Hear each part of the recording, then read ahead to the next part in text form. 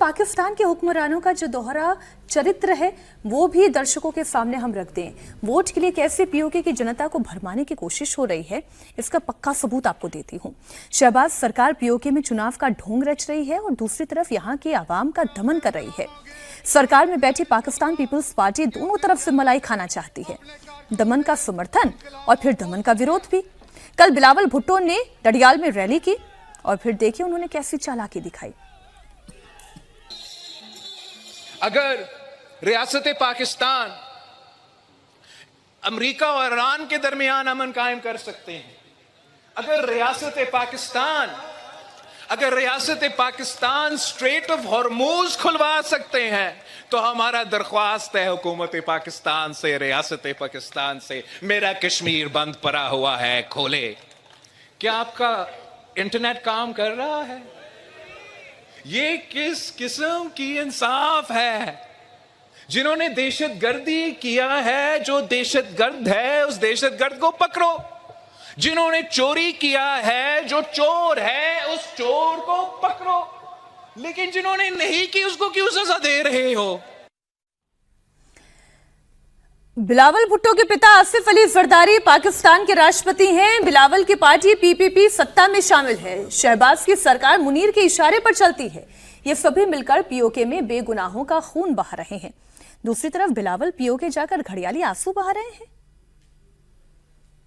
हमें तो शहीद मोहतरमा बेनजीर भुट्टो ने यह सिखाया था, बचपन से सिखाई थी कि जहां कश्मीरियों का पसीना गिरेगा वहां हमारा खून गिरेगा। हमारे लिए, पाकिस्तान पीपल्स पार्टी के लिए, अगर हमारे कश्मीर के माए बहने आंसू रो रहे हैं तो हमारे आंखों से खून के आंसू निकलते हैं। अगर हमारा कश्मीर भाइयों के दिल दुखता है तो हमारा दिल भी खून के आंसू रोते हैं। क्या ड्रामा है रागी जी, क्या ड्रामा है? इसे ड्रामा नहीं कहेंगे तो और क्या कहेंगे? आप बताइए, पाकिस्तान में, पाकिस्तान ऑक्युपाइड कश्मीर में लाखों लोग सड़कों पर हैं और वो मुजफ्फराबाद की तरफ जो है वो कूच कर रहे हैं।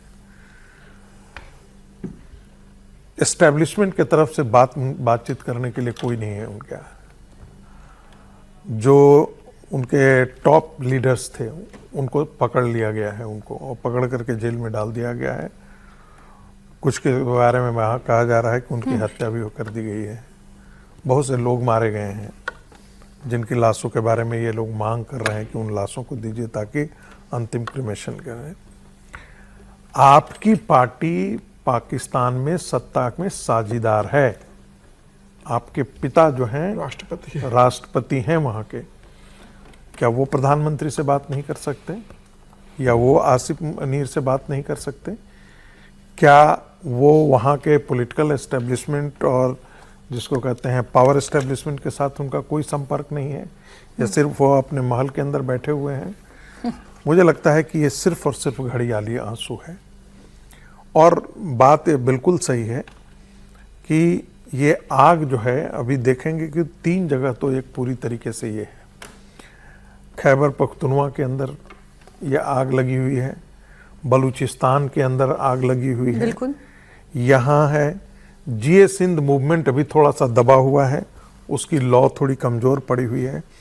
सच पूछिए तो पाकिस्तान की सत्ता पर जो काबिज है वो पंजाबी लॉबी है, और ये जो पंजाबी सूबा है पाकिस्तान में यही संपन्न है, यही ताकत रखता है।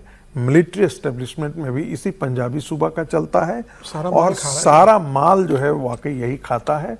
और बाकी जो है क्षेत्र वो सारे के सारे इनके गुलामों की तरह उन्होंने रख रखा है। बलूचिस्तान जो है वो आज़ाद होना चाहता है। जीए सिंध मूवमेंट एक बहुत मजबूत मूवमेंट चला था, बाद में उसको वो कमज़ोर हो गया। खैबर पख्तूनख्वा के साथ जो है वो अफ़गानिस्तान लगा हुआ है। अफ़गानिस्तान के जो मुजाहिदीन हैं वो उसको समर्थन देते हैं। तहरीक तालिबान पाकिस्तान जो है वो उसके साथ खड़ा है। तो एक ढंग से कहिए कि पाकिस्तान के अंदर राजनीतिक स्थिरता बहुत जोर से है, रेबल्स बहुत ज़्यादा।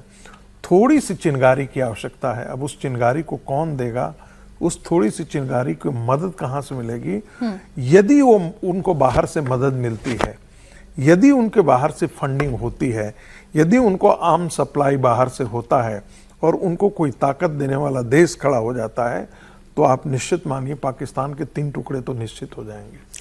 ये पाकिस्तान की इस स्थिति को मैं एक और उदाहरण के साथ आपके सामने रखना चाहती हूँ। अब किसी भी देश की स्थिति क्या है, वहाँ के जो रहने वाले छात्र हैं, युवा हैं, जो वहाँ पर रोजगार पाते हैं या नहीं पा पाते हैं, उनका स्टेटस क्या है, उससे उस देश के स्टेटस के बारे में पता चलता है। पिछले साल पाकिस्तान में लगभग 10,500 छात्र स्टूडेंट वीजा लेकर ब्रिटेन पढ़ाई के लिए गए, लेकिन उनमें से 80% से ज्यादा छात्रों ने डिग्री पूरी होने के बाद ब्रिटेन से वापस आने से ही इनकार किया।